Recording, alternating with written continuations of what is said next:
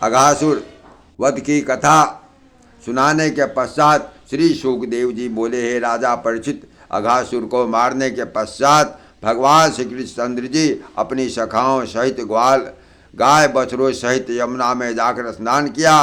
One में एक सुंदर और स्वच्छ स्थान देखकर बोले, हे सखाओ, दिन बहुत चढ़ गया है, भूख भी रगने लगी है, अतः अब हमें कलेवा कर लेना चाहिए। यह कहकर वे अपने साथ लाई हुई पोटली खोलकर बैठ गए।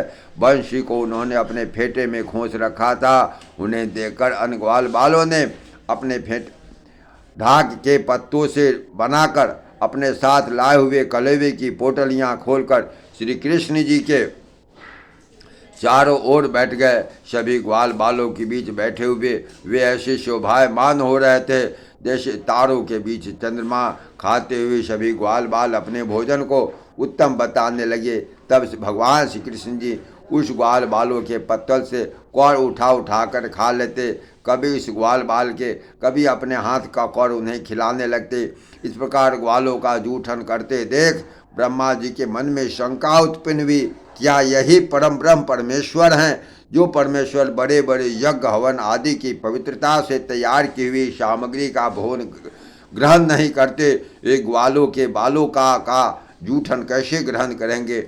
यह विचार को उन्होंने भगवान श्री कृष्ण जी की परीक्षा करने हेतु चढ़ते चढ़ते दूर निकल गए। समस्त गाय बछड़ों को वहाँ कर पर्वत की कंदराओं में ले जाकर बंद कर दिया।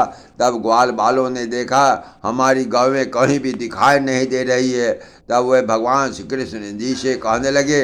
तब नंद नंदन उन्हें वहीं बैठाकर स्वयं अकेले गाय बैष्णों को ढूंढने के लिए चल पड़े। जगत के दृष्टा भगवान स्वयं अपने बना हुए जगत को ढूंढने लगे। जब वे ग्वाल बालों से कुछ दूर निकल गए तब उन्होंने ब्रह्मा जी की चाल समझकर अपनी माया से ठीक उसी तरह के गाय बछड़ों का निर्माण कर उन्हें हाँकते हुए वापस लौटने लगे। उधर ग्वाल बालों को श्री कृष्ण जी अलग पाकर ब्रह्मा ने ग्वाल बालों का भी हरण कर लिया और उन सबको मूर्छित कर पर्वत की उस कंदरा में छुप गए।